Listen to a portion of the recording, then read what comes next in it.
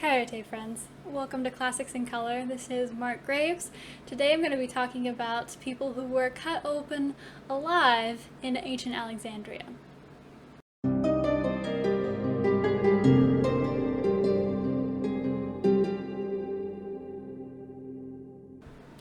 So vivisection is the term that we use for when you dissect someone or something, but they're still alive when you do it.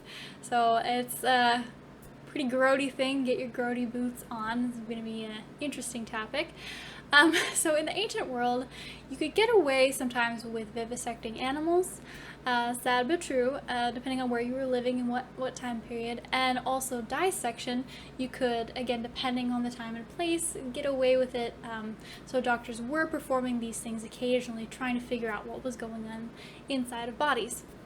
Vivisection on humans, however, basically a no-go, except for the one time that we're going to be talking about today.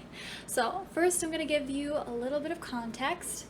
In 332 BC, the city of Alexandria was founded by Alexander the Great, and after he died, it passed to one of his generals named Ptolemy, and then his children also were in charge of Alexandria. They basically became the new pharaohs of Egypt and the city. So this was a big metropolitan center. There was a lot of exchange of ideas and people, and the Ptolemies as well were really interested in funding a lot of this, especially arts and sciencey stuff.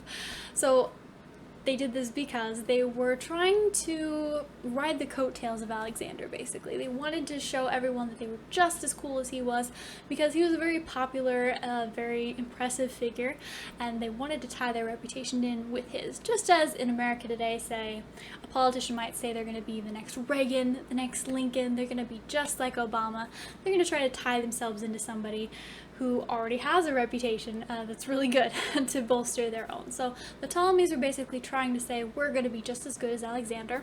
So they especially patronize his city, and they especially patronize arts and sciences. So Alexander the Great, big fan of the arts and sciences. His tutor was Aristotle, and as he went around conquering everybody, he also paid a bunch of scientists to tag along and study all the people and things he was conquering. So kind of a cool guy in that way. So the Alexandrians were sponsoring public lectures, they were patronizing different scientists and poets, and archaeologists have actually found some sites where it looks like it was a lecture hall from that time. So you could go if you were a citizen and just hang out there and hear the latest lecture on astronomy or poetry or medicine. So you could just wander in on your lunch break, although maybe not on your lunch break if you were going to go watch a dissection, because they would perform dissections in this lecture hall. You could just go watch. But they also perhaps perform some vivisections. So I'm going to be talking about two fellows today. Their names are Herophilus and Erasistratus, and I hate that name. I'm probably going to get it wrong, so sorry about that. But these two fellows, they lived shortly after Alexandria was founded, and they were two doctors that were funded by the Ptolemies. They were funded as well as a whole, basically, sort of a primitive research institute and hospital. It was sort of the first public medicine in a way, and they would perform these dissections so that you could come and watch. And historians also record that Herophilus vivisected over 600 prisoners. Now, I find it interesting that they always put prisoners in there. They don't say what kind of prisoner, like, was it just a thief? Was it just some poor conquered person? Not that, like, if they were a murderer or something, that would be better. Like, you still can't vivisect someone. But I don't know, to me that would be less creepy, but they don't go into that. But they always include that detail, that it was at least prisoners. They weren't just, like, grabbing people off the street to do this to. So Herophilus, basically we have a mad scientist on our hands just vivisecting people.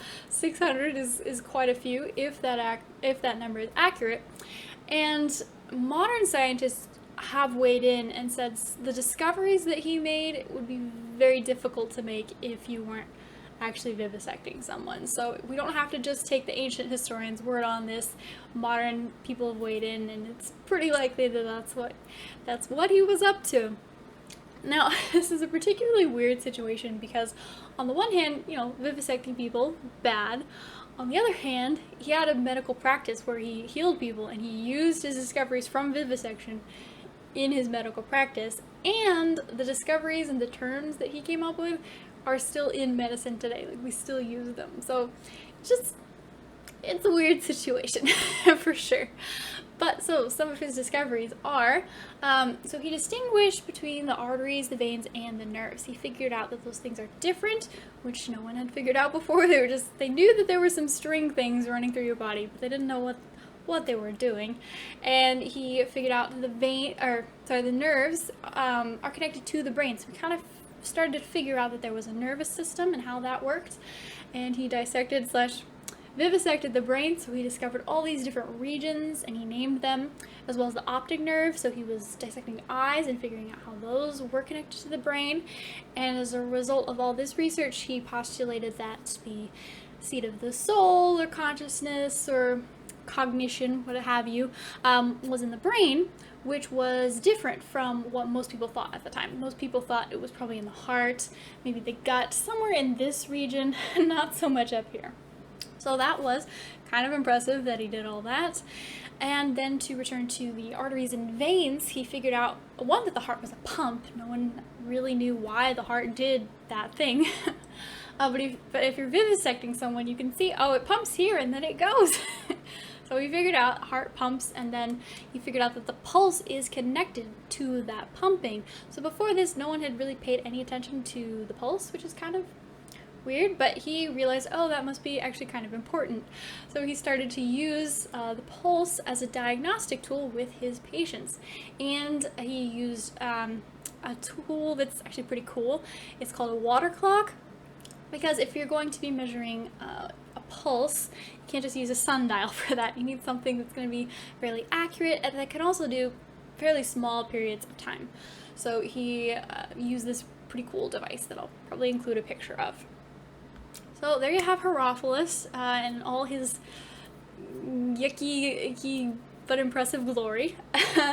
Then his colleague Erasistratus, who lived at the same time, worked with him and used his discoveries in his medical practice as well when he was treating people.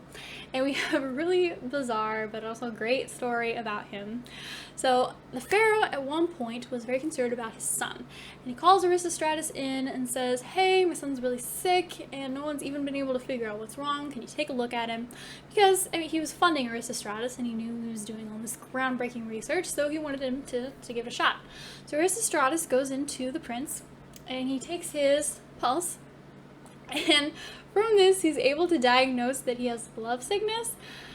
Now, I cannot tell you how that works, but love sickness in the ancient world was actually a big deal that people were concerned with, because we have all these stories of people who were either in love or they're just really lustful, like really into somebody, trying to get laid. So when they were trying to get together, they would just cause all kinds of problems, just death and suffering all around them, kind of Romeo and Juliet type situations. And so people in the ancient world recognized that being in love could get you in a lot of trouble, you and everyone around you. So he goes in and he diagnoses that it's love sickness, and then he talks to the prince and is like, hey buddy, I'm pretty sure you're in love, you want to tell me who it is, so maybe we can hook you guys up without causing all kinds of suffering for everyone.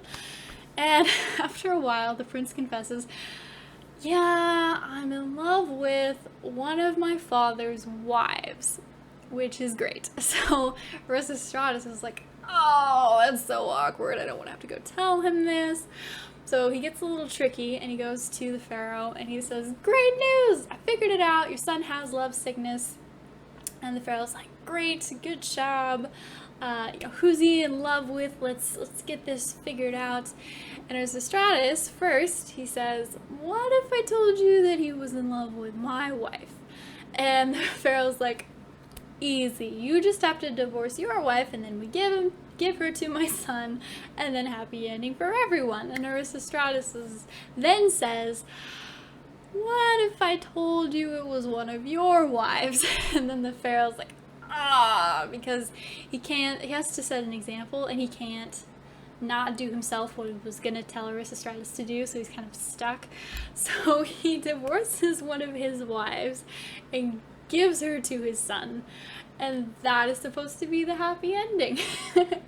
So it's supposed to show us how great of a doctor Erasistratus was and how impressive he was. So that is the vivisections, discoveries, careers of Herophilus and Erasistratus. Very strange stuff, but makes it all the more entertaining for us. I certainly had a good time. I hope you did. Thank you for tuning in. This was Classics in Color with Mark Graves.